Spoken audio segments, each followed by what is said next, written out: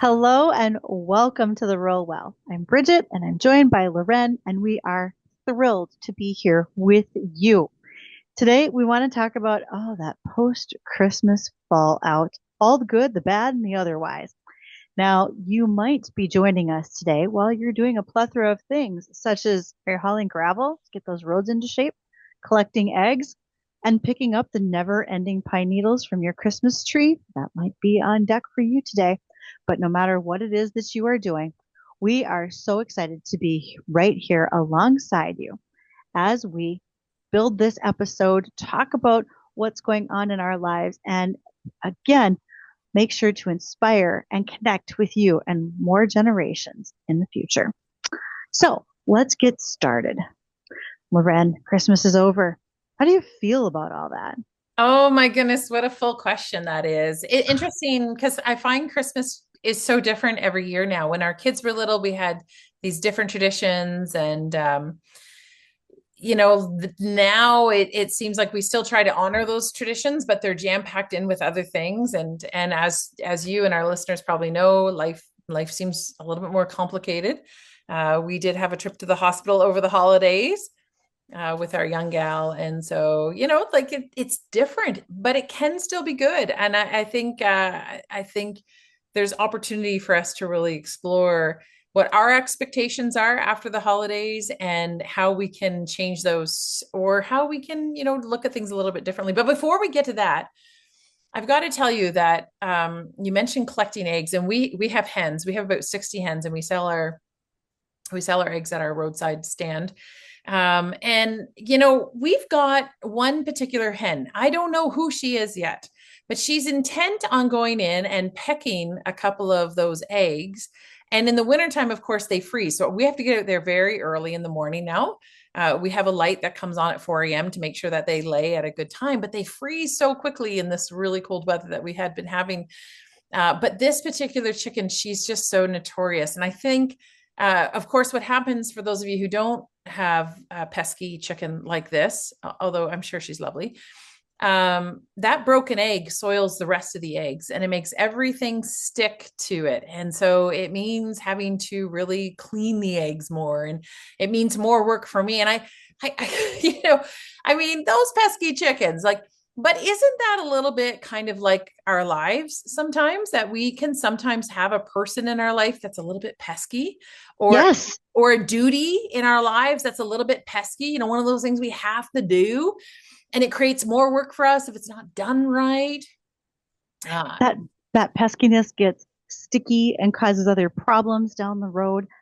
Boy, that is so true. And when you're coming off the holidays and there's this big hype and everybody's going to have this Hallmark type Christmas, and then you don't. It's like that pesky chicken that that's just pecked got away in at an there. egg and Yeah. just made a bit of a mess. And so, I think one thing that we want to talk about today is the fact that give yourself a little bit of grace. Mhm. Now, I know we've said that before, but personally, I'm coming off 2 days of the flu being camped out on my couch and doing nothing. Nothing. And I felt like I'm not getting my laundry done. I'm not running my dishwasher. I'm not doing this, that, and the other thing. And I realized I just have to say that it's okay. And that's very hard. Hmm. And Hmm. especially after Christmas, that's very hard for us to do. So, what are some of the things that we could maybe do for ourselves, but also for others around us to let this just newly past Christmas time be okay and be better? You bring up a couple of really great things. Just after Christmas, I had asked one of our workers who comes in to help us out, and I said, "Oh, how was your Christmas?" And I'm all like, "Woohoo!" And she literally, with almost a tear in her eye, or actually with a tear in her eye, she said it was awful.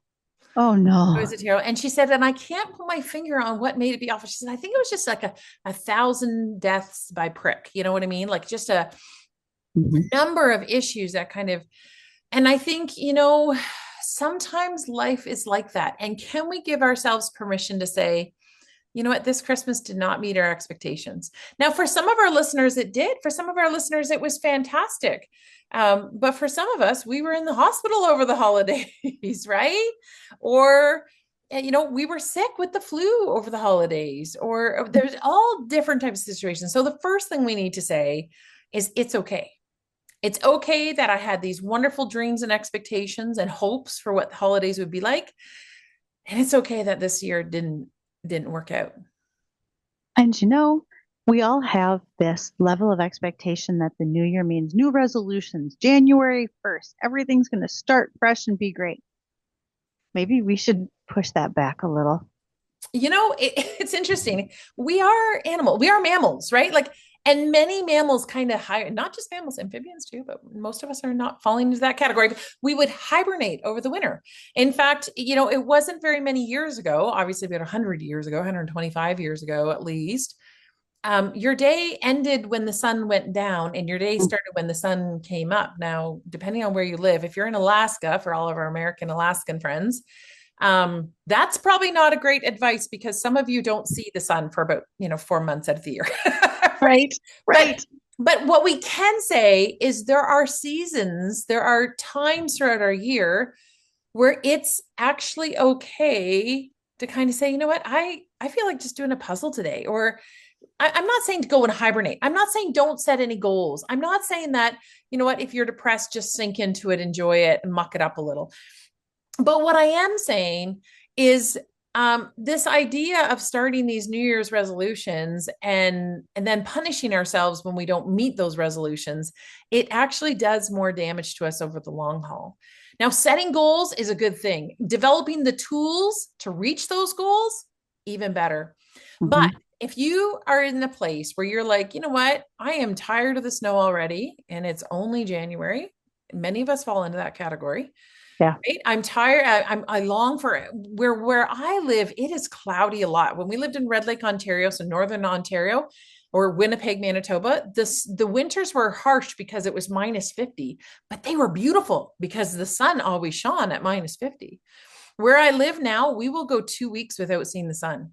Oh my. Right? Like it can feel very gloomy. And so that can be hard on people. So what I'm saying is, like, it's kind of okay for us to say this is kind of a downer season, and I'm just going to show myself some grace when I don't feel like being Skittles and sunshine all day. So the reality is, we don't have to make every day Mary Poppins perfect. Sometimes we just have to say, that's it. I just need a breather and I could be better after this. And the beauty of that is research says if you allow yourself that breather, the next time we are brighter. Like, what Mhm. happens right now is most people are like, we do this false sense of resilience that I've talked about before, where we just push through, we just keep going, we put on the smile for everybody else. But the reality shows that if we are honest with ourselves and honest maybe with our family members around us to say, I'm having an off day, that when we do that, we are actually stronger because of it. We come back stronger. When we do feel this surge of energy, we get a lot more accomplished.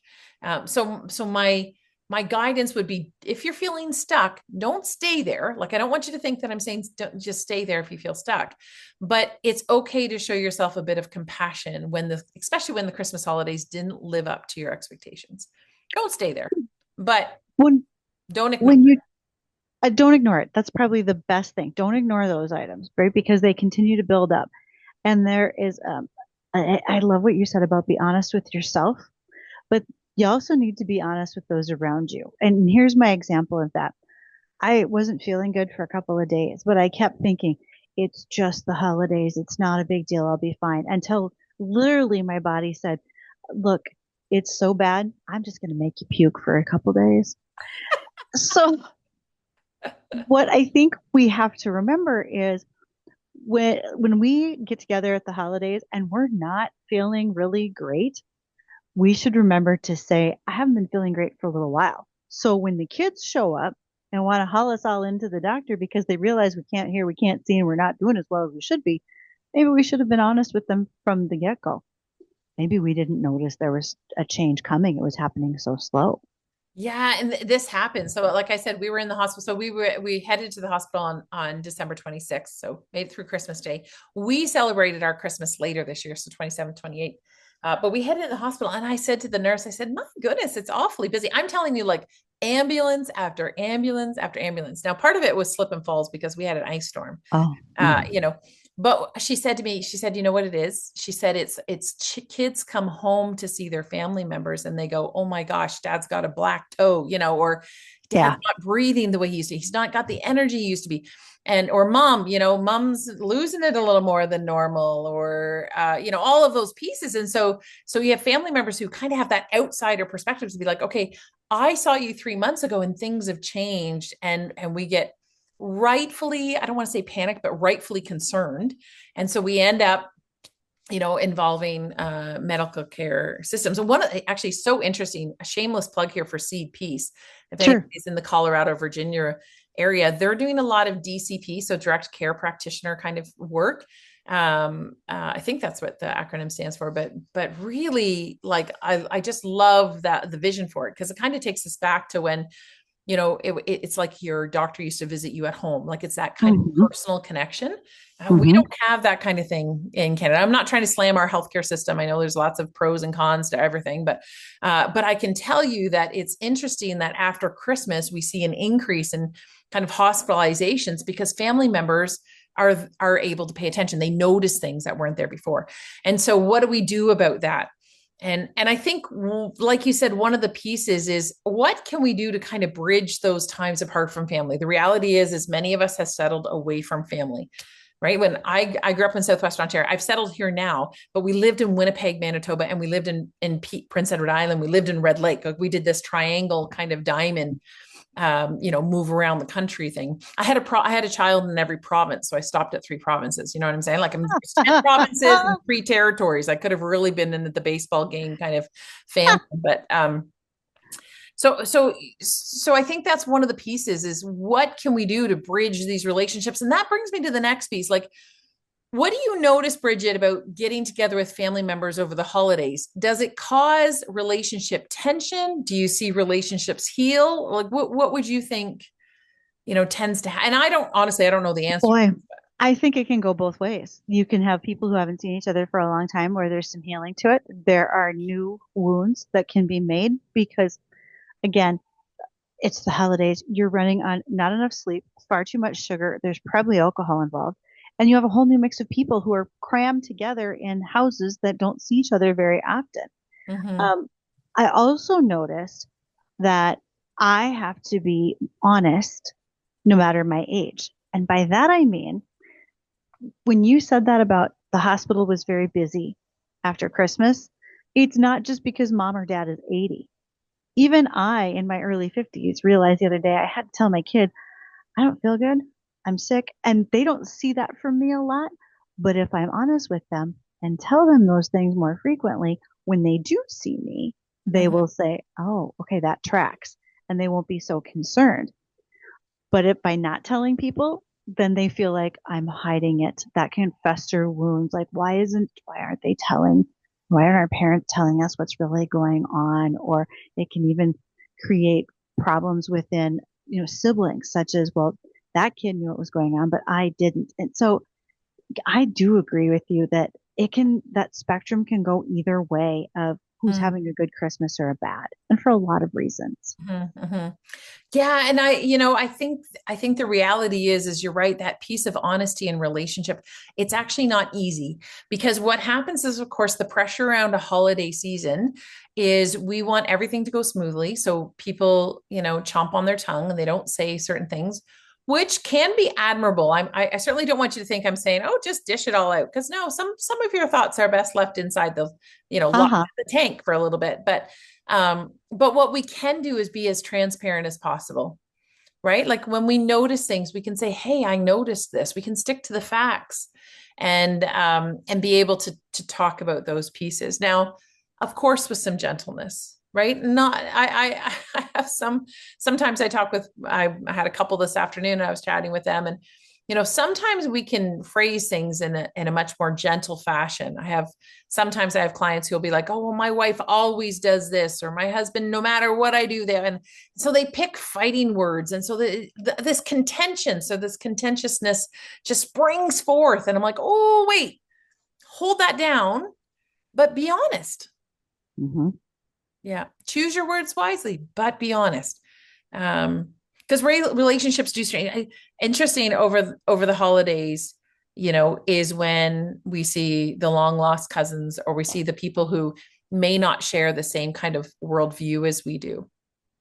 And that tends to stir the pot. Anytime you have two political, Hmm. viewpoints coming together at the holiday season, it certainly can bring about some hurt feelings, really, in the discussion.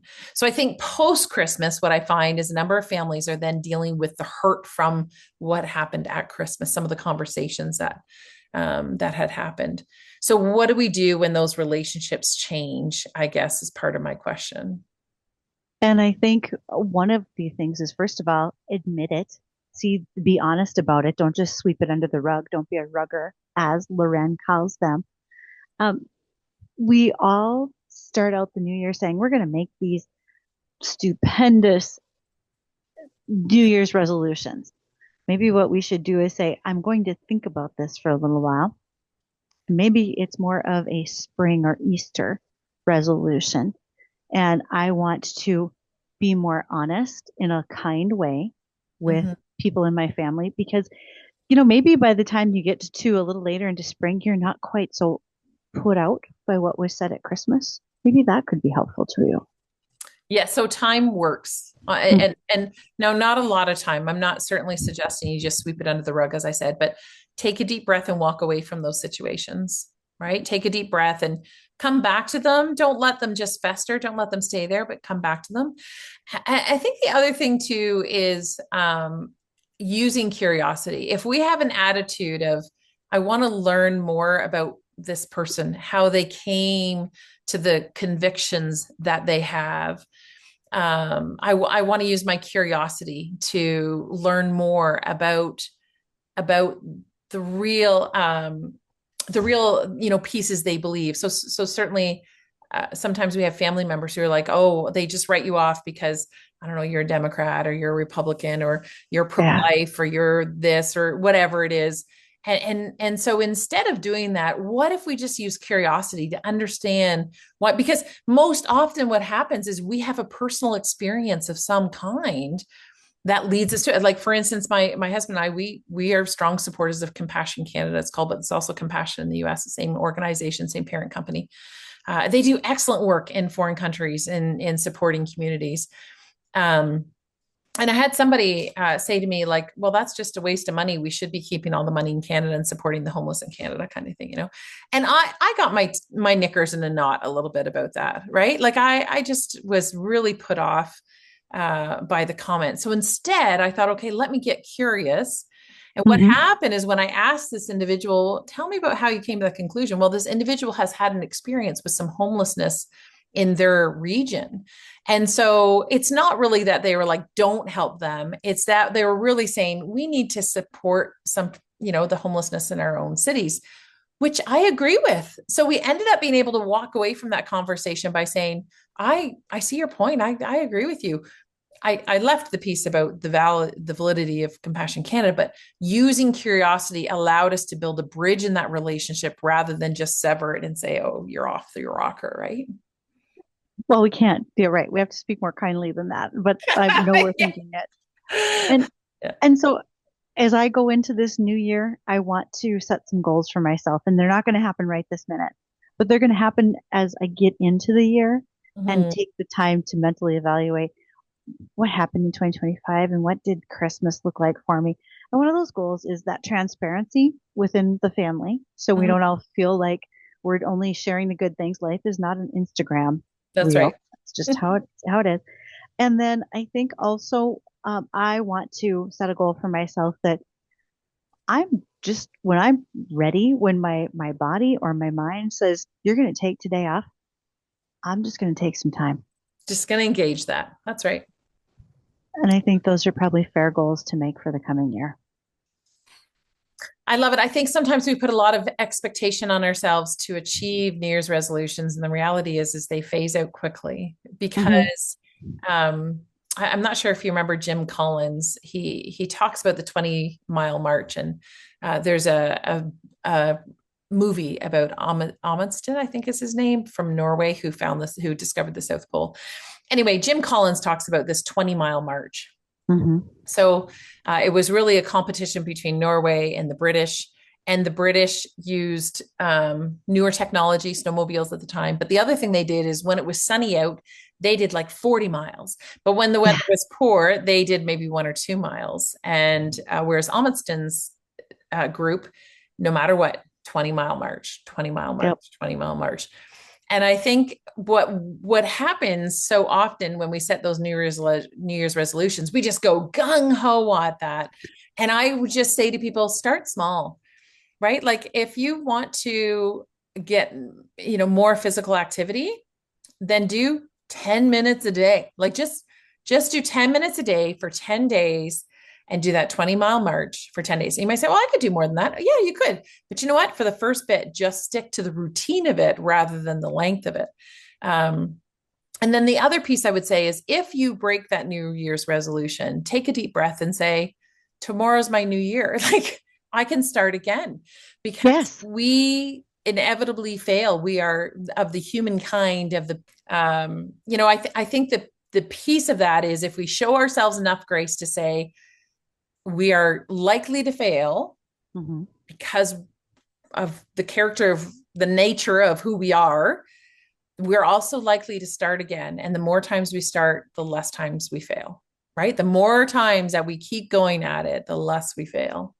Boy, that's a really good point. We just have to remember that it's going to happen and we need to do our best to move on. Yeah. So that makes great sense. Speaking of moving on, we need to talk about our quote today.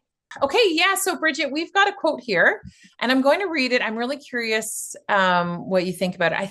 I think this is a quote that kind of makes us go pause. It just makes us take a bit of a deep breath here. So, Christmas is a time for family, but when they're no longer here, the empty chair speaks the loudest. And there's a piece of me that says, "Ouch" to that, to be because I think so often our understanding of who family is misrepresented. I think there are times for some people where friends or chosen family um, is really impactful. But then the piece of when they're no longer here, the empty chair speaks the loudest. I think about my dad, of course, at Christmas time, and he's not with us anymore. Hmm. And the other day, my husband said to my son was working on a project for work, was building an app, super, super incredible work. And my husband said to my son, your papa would be really proud. And it just was this like gobsmacking moment for me because that empty chair speaks the loudest, right? Hmm. Yeah. What do you think? But but that's one way to look at it. And the first one, of course, I think we think about is those who have passed on in the last years. But also, can it be the fact that some of those little nieces and nephews or your own children are gone with their in-laws? And Hmm. even though we want to be sad that they're not there, we should really rejoice in the fact that they're expanding their family and those relationships. Hmm. And that can be a positive. It still speaks loudly, but it should speak loudly of memories instead of sadness. And it certainly can relate to fractured relationships, those who no longer choose to be with you at the holidays, or you may choose not to be with them Hmm. for whatever reason. And reflect on that. What changes could there be? And And perhaps there come from that comes a strength, right? That you had the strength to set some boundaries, or you had the strength to say, I need something different in my life. Um, yeah, I appreciate that insight to be able to say the empty chair speaks the loudest, but it doesn't mean it's always sadness. It could be that yeah, there's been positive growth. Even sometimes positive growth is hurtful. sure it is. Yeah. And I, I would love to have my children home every holiday, Hmm. but they have in-laws and extended family now. And I don't want to take that away from them either because those are some of the memories that built my holiday experience with all of the extended family. And they should have that opportunity now too. Hmm. Yeah. Amazing. Very insightful. Well, speaking of insightful, let's have a little fun. All right, we like to end with something that makes you smile. So, Loren, here we go. If you had the ability to compete in any Olympic event, which one would you choose to enter? Spring or summer, or excuse me, summer or winter, whichever Olympics you'd Oh like to my participate goodness. in. Have you thought about that before when you were a little kid watching them on I TV? think so. I love watching the Olympics and I find it very inspiring. I'm at an age now where I'm like, yep, that ship has long sailed. Not a sprinter right here. Not, Not a definitely sprinter. not. I have no sprinting ability whatsoever, even in high school. But high jump, I was really gifted at high jump. And I think volleyball, like team volleyball, would be super fun. I really love that for the summertime. Wintertime, hard to say. I remember as a kid, I loved figure skating so much so that I saved up my own money to pay for figure skating lessons because at that time, my parents were kind of like, okay, we put you through Oregon, we put you through swimming, we've done this, that if you want to do skating, you have to get your own money for it, which was fine because we were paid to work on the farm and different things like that. But and I had a backyard skating rink, and so I like without being a little bit with all humility, I say I was actually pretty good. Like I could do some of those jumpy things, and I could do some twisty Oh, things. that's excellent. And then I went and took lessons, and they made me do that figure 80 thing, which is like Mhm. skating 101, and I could not do it. I'm telling you, I could not master that figure eight. I would, and so quickly those dreams were dashed. What I about can you? understand. I watched the gymnasts with so much awe. Mm. Now, the idea of doing any of those types of things makes my hips and knees say, sit down, lady. You know. But there was a time in my life that I think gymnastics would have been amazing to be a part of, at least when I think about like more of a summer games. Yeah. If I get to choose the winter games, I just want to be on the bobsled because I like to to go fast. Yeah. It's not nearly as death defying as the luge where you're laying, or Oh, or the skeleton? skeleton where you're laying Yeah. face down waiting to break your neck. So yeah, I think I would jump in the bobsled and be that person in the middle that's like, yeah, let's go. I'm with you. Interesting enough, my husband and I actually this maybe 2 summers ago, we were in Prince Edward Island and I recognized this guy. I was like, you look so familiar. He goes, yeah, I get that a lot. I was like, how do I know you? He's like, Dave McEachran. I was on the Olympic bobsled team. I was like, that's where it is, right? Anyway, he owns a shop in Prince Edward Island now in Charlottetown. And so anyway, we got to really chat it up a little bit with him. So really down to earth guy. But so, hey, if you ever want a tour, maybe I can hook you up somehow. That would be so much fun. I would just go along for the ride and enjoy it tremendously. Tremendously. So fun. Uh, I like that. and that's what today is about. Learning and a little bit of fun. Well, thanks so much for joining us, folks. See you next time.